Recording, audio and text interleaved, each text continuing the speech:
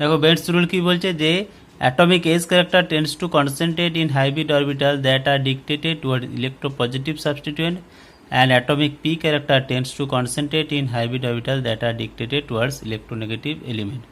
এর মানে হচ্ছে এই যে আমরা এখন ট্রাইগোনাল বাইপিরামিডাল জিওমেট্রি করে থাকি, এই যে ইকুইটোরিয়াল প্লেন এই হাইব্রিডেশন কি sp2 আর এক্সিয়াল প্লেন হচ্ছে কি pd। তাহলে এখানে হচ্ছে যে যার ইলেকট্রোনেগেটিভিটি বেশি সে কোনখানে যাবে, সে যেখানে পি ক্যারেক্টার বেশি, আর যার ইলেকট্রোনেগেটিভিটি কম সেই কোনখানে যাবে যেখানে এস ক্যারেক্টার বেশি, অর্থাৎ কি প্লাস মাইনাস এ মাইনাস প্লাস এ।